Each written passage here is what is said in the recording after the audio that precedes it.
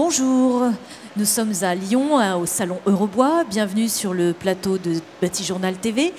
Pour cette nouvelle table ronde, nous allons parler du bois, bien sûr, et de la prescription bois, comment prescrire le bois.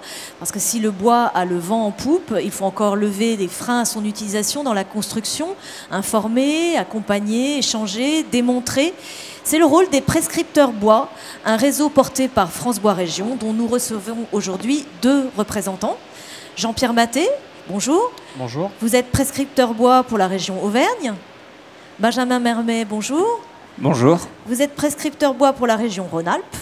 Précisons que les 2 entités sont amenées à fusionner bientôt. Fernand Ribeiro, bonjour. Bonjour. Vous êtes architecte, vous êtes à la tête de l'agence d'architecture bioclimatique Auvergne, située à Clermont-Ferrand. Bien, alors je vais peut-être commencer par Benjamin Mermet, pardon. Est-ce que vous pouvez nous rappeler ce qu'est le réseau prescripteur bois ? Alors le réseau des prescripteurs bois, c'est une vingtaine de personnes dans toute la France, donc dans les interprofessions qui sont regroupées au sein de France Bois Région. Et donc notre rôle, c'est la promotion du bois matériau et du bois dans la construction. Donc on a différentes actions, on a des actions de promotion, des actions nationales, via le prix national bois construction, donc où on va présenter les bâtiments et les mettre en valeur, les bâtiments qui ont été construits en bois. Et aussi on a des actions d'accompagnement, donc on en parlera un petit peu plus en détail après. Et des actions donc, de promotion sur le bois comme arbre, qui est une action FCBA, CNDB et France Bois Région, qui est une action nationale et où France Bois Région fait, à travers des retours d'expérience, la promotion en fait, de bâtiments qui ont été réhabilités avec le bois. Donc voilà, donc on a une quarantaine de retours d'expérience qui ont été faits par les prescripteurs bois construction. Donc c'est des fiches détaillées. Et au sein de Auvergne-Rhône-Alpes, on en a 5. Voilà, rapidement. Jean-Pierre Maté, donc il y a des actions communes qui sont menées entre l'Auvergne et Rhône-Alpes ? Oui, ça fait un petit moment qu'on en a engagé, alors soit avec Fibra, soit avec des interpros départementales. On a développé notamment un carnet de détails techniques pour construire passif en structure bois, qu'on a développé avec IFB 42, qui est l'interpro de la Loire. Et avec Fibra, on commence petit à petit justement à prévoir des actions ensemble, notamment une qui consiste en un catalogue et un site internet et qui permettra de mieux valoriser, mieux faire connaître les produits bois utilisés dans la construction et qui sont fabriqués à partir de la ressource locale et par des fabricants locaux. Parce qu'on s'est rendu compte que finalement, c'est des scieries, des petites scieries qui ne sont pas habituées à faire le travail de commercial et de marketing autour des produits qu'elles fabriquent. Elles maîtrisent très bien la fabrication, mais elles maîtrisent mal en fait la communication. Elles ont du mal à se faire connaître. Et on se rend compte que les prescripteurs, donc les architectes, les maîtres d'ouvrage, les charpentiers, connaissent mal l'offre en produits local qui pourtant des fois est à 50 km de chez eux, quoi. Voilà. Mais ils connaissent très bien l'offre de grands groupes comme, enfin je ne vais pas les citer, mais qui fabriquent des bardages par exemple avec du sapin du Nord, quoi. Voilà. Donc c'est plus facile pour eux effectivement de se faire là, l'année prochaine, il y a en prévision ce site internet. On va monter aussi un programme de formation ensemble parce qu'on pense que c'est un bon moyen aussi de véhiculer l'utilisation du bois, enfin plus d'utilisation du bois dans la construction, c'est en formant aussi les architectes, les maîtres d'ouvrage à son utilisation, parce que c'est un matériau spécifique, bien particulier, avec des caractéristiques bien particulières, des technologies aussi bien particulières qui sont différentes de ce qu'ils connaissent, comme le béton, le parpaing, la brique, etc. Donc nécessairement, s'ils maîtrisent mieux son utilisation et ses technologies, ils auront plus tendance aussi à le prescrire et à mieux le prescrire aussi.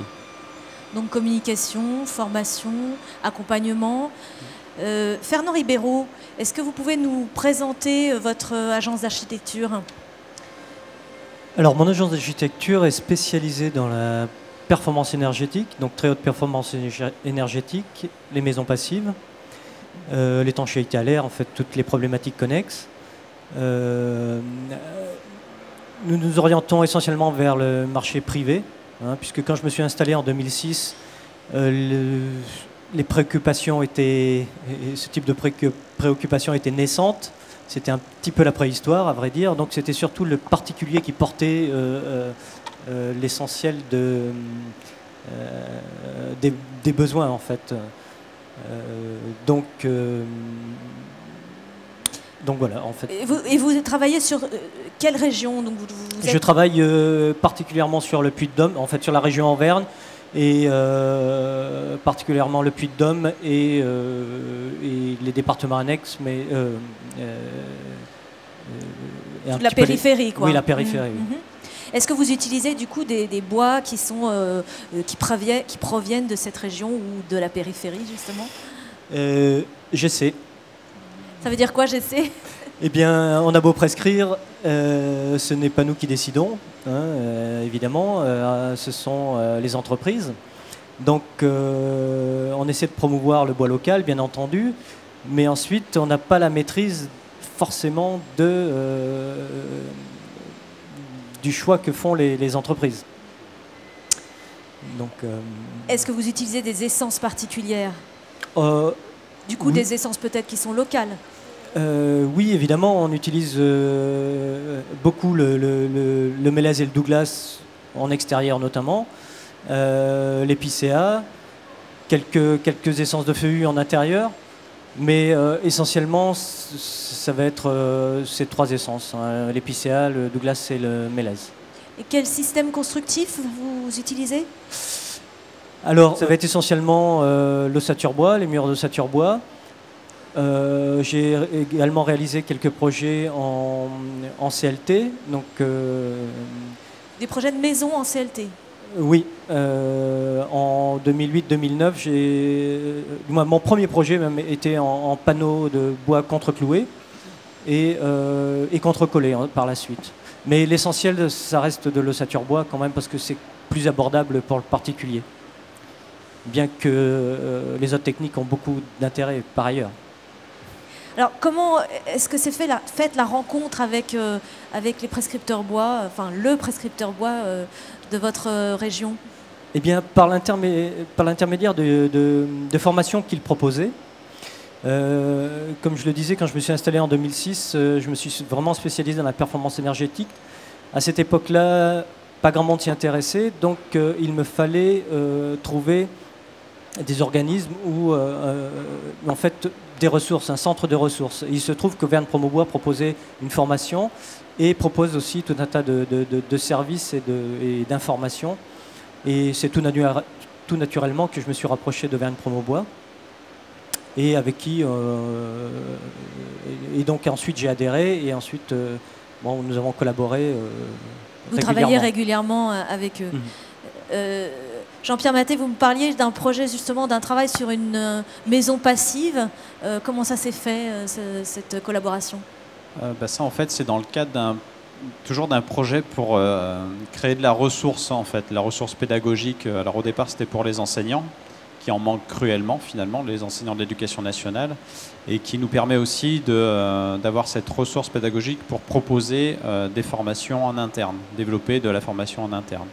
Et donc, alors Fernand Ribeiro a cette particularité-là en tant qu'architecte, c'est qu'il est très pointu d'un point de vue technique. Il ne fait pas uniquement une esquisse avec un plan un peu aléatoire. Il rentre beaucoup dans le détail avec les entreprises pour rechercher la performance technique et économique en même temps. Donc il arrive, et là sur la maison qu'on a pris en retour d'expérience, c'est une maison qui n'est pas certifiée passive, qui est au lieu des 15, qui doit être à 19 kWh par mètre carré par an. Donc voilà, on est très proche quand même, hein, on est très peu déperditif. Et c'est justement une maison qui est performante d'un point de vue énergétique et qui a un coût de construction qui est très peu onéreux en fait. Et ça, c'est vraiment la clé aussi de la réussite pour faire passer un projet bois et qui soit aussi performant d'un point de vue énergétique. Parce que la technologie bois a cette particularité, cet avantage, c'est que plus on va aller vers la performance énergétique d'enveloppe, et plus la technologie bois sera compétitive. On le voit dans d'autres pays en Europe, en Allemagne, en Autriche, en Suisse, où les bâtiments certifiés passifs, à 45%, ce sont des bâtiments en structure bois, et à 10-12% en mixte bois-béton. Donc on voit bien tout l'intérêt qu'il peut y avoir de promouvoir ces technologies selon ce niveau de performance énergétique. Et donc ce qui est intéressant, c'est que Fernand, justement, ce qui n'est pas le cas chez beaucoup d'architectes, a cette maîtrise technique et va vraiment très en profondeur dans les détails techniques, dans les solutions techniques avec l'entreprise pour optimiser cette performance énergétique et économique. C'est ce qui permet effectivement d'arriver à des coûts compétitifs. Il y a quand même peut-être des écueils, des points sensibles. Tout n'est pas rose, j'imagine. Oui, en effet, il y en a toujours. La construction n'est pas un monde idyllique. Donc il faut quand même savoir s'entourer par des entreprises, par des experts, des bureaux d'études. C'est pas toujours facile, hein, parce que la performance énergétique, on en parle beaucoup, mais on en fait peu, à vrai dire. Donc les problématiques résident là pour l'essentiel. Hein. Sur les compétences, sur la formation. Sur les compétences, sur la formation et au début, quand je me suis installé, sur l'accès aux matériaux aussi, parce que les matériaux en 10 ans sont développés de manière fulgurante, mais ce que l'on trouve normal à l'heure actuelle, il n'y a pas si longtemps, c'était pas si évident. C'était pas si évident, non. J'imagine que le maître d'ouvrage privé, lui, par contre, il était plutôt facile à convaincre. Ou il vient vous chercher il n'y a parce pas de qu'il sait que vous nécessité faites de du le bois. convaincre, il vient tout seul en fait. Le maître d'ouvrage privé, lui, souvent s'est engagé dans cette démarche depuis longtemps. Donc, par l'intermédiaire d'Internet, il va à la recherche d'informations. Souvent, il a beaucoup de connaissances. Par contre, il n'a pas d'interlocuteur pour mettre en œuvre ce qu'il désire faire. Et c'est là la problématique. Et donc, c'est pour ça que, en tant qu'interlocuteur, en tant qu'architecte, on peut lui apporter cette aide. Benjamin Mermet, le maître d'ouvrage public, lui, est-ce qu'il est plus difficile à convaincre? Alors, ça dépend des maîtres d'ouvrage. Il y en a qui sont sensibilisés au bois, mais à la notion du bois, à la notion environnementale, mais qui ne savent pas forcément ce qu'on peut faire avec le bois. Et donc là, notre rôle, ça va être de les accompagner, de leur présenter des bâtiments similaires à leurs souhaits pour leur dire, ben voilà, on peut le faire avec le bois. Le bois construction, ça ne veut pas forcément dire du bois en extérieur, ça ne veut pas forcément dire du bois en intérieur. Donc ça, c'est aussi des notions qu'on doit leur présenter, qu'on doit valoriser. Voilà, le bois, c'est surtout en structure. Et après, si on veut, le souhait, ben, on peut le mettre en extérieur ou en intérieur.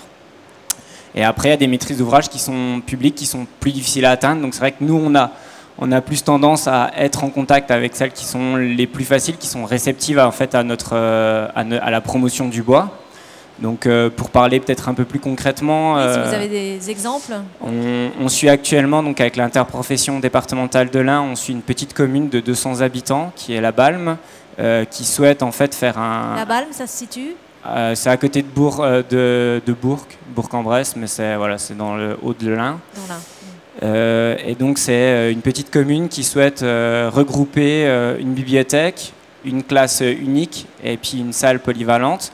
Et donc voilà, elle a pris contact avec nous parce qu'elle souhaite faire quelque chose d'écologique. Elle avait des notions un peu dans le bois, mais elle ne savait pas forcément ce qu'elle pouvait avoir. Et donc nous, on l'a accompagnée avec donc FIP 0 à l'Interprod de l'Ain. On a visité des bâtiments qui étaient à peu près dans son budget, puisque c'est quand même le budget est quand même aussi essentiel dans ce... Ça compte aussi. Voilà, tout à fait. Et donc pour lui montrer que c'était possible de le faire en bois. Et donc après, nous, on a un rôle d'accompagnement, mais on ne doit pas être remplaçant d'un AMO, d'un bureau d'études structure ou d'un bureau d'études thermiques. Donc nous, après, notre rôle, comme le disait Jean-Pierre, c'est de mettre en relation en fait les professionnels avec la maîtrise d'ouvrage. Donc nous, on lui a conseillé quelques AMO qui pouvaient l'accompagner pour faire la programmation de son bâtiment. Et donc elle en a choisi un. Donc voilà, on a proposé les AMO de la région Rhône-Alpes. Et donc voilà, donc c'est comme ça qu'on a pu accompagner ce projet. Et donc là, l'appel d'offres de la maîtrise d'œuvre est en cours. Et vous allez jusqu'où dans cet accompagnement? La suite, c'est quoi pour vous?